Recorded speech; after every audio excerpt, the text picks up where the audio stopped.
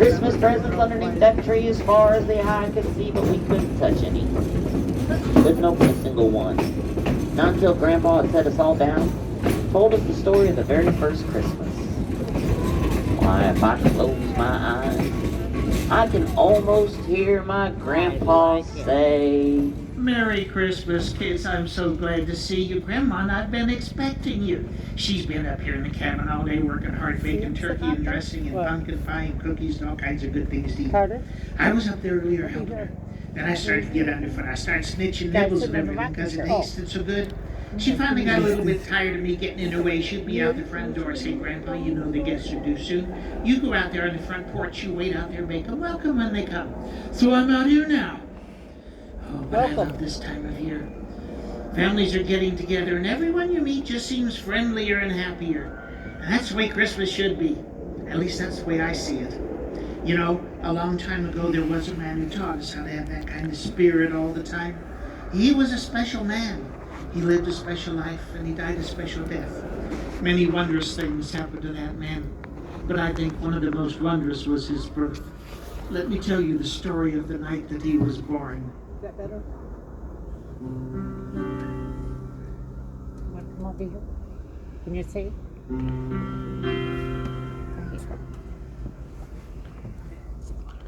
You can see okay?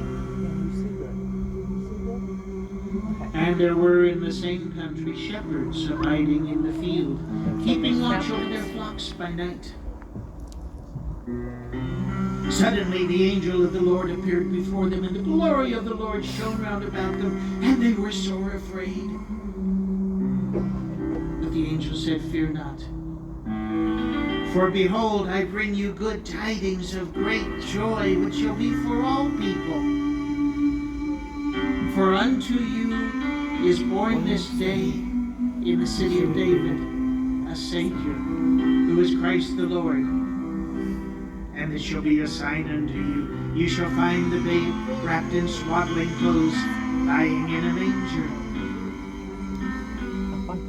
And suddenly there was with the angel a multitude of the heavenly host, praising God and saying, Glory to God in the highest, and on earth peace, and goodwill to all men.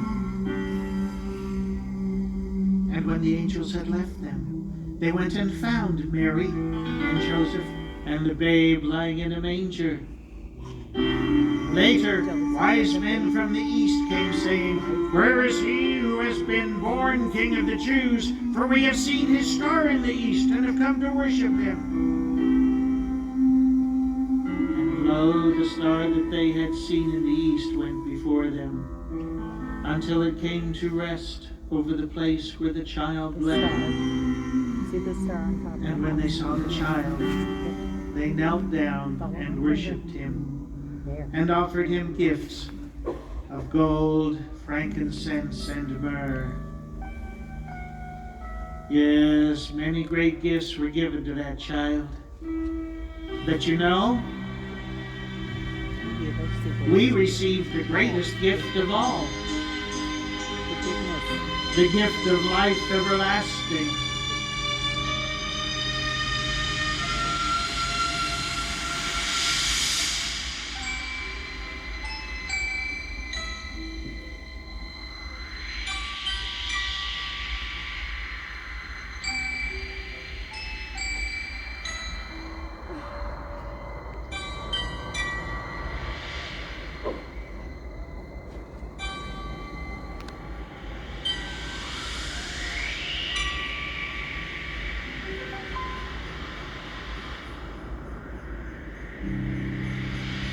Isn't that a wonderful story?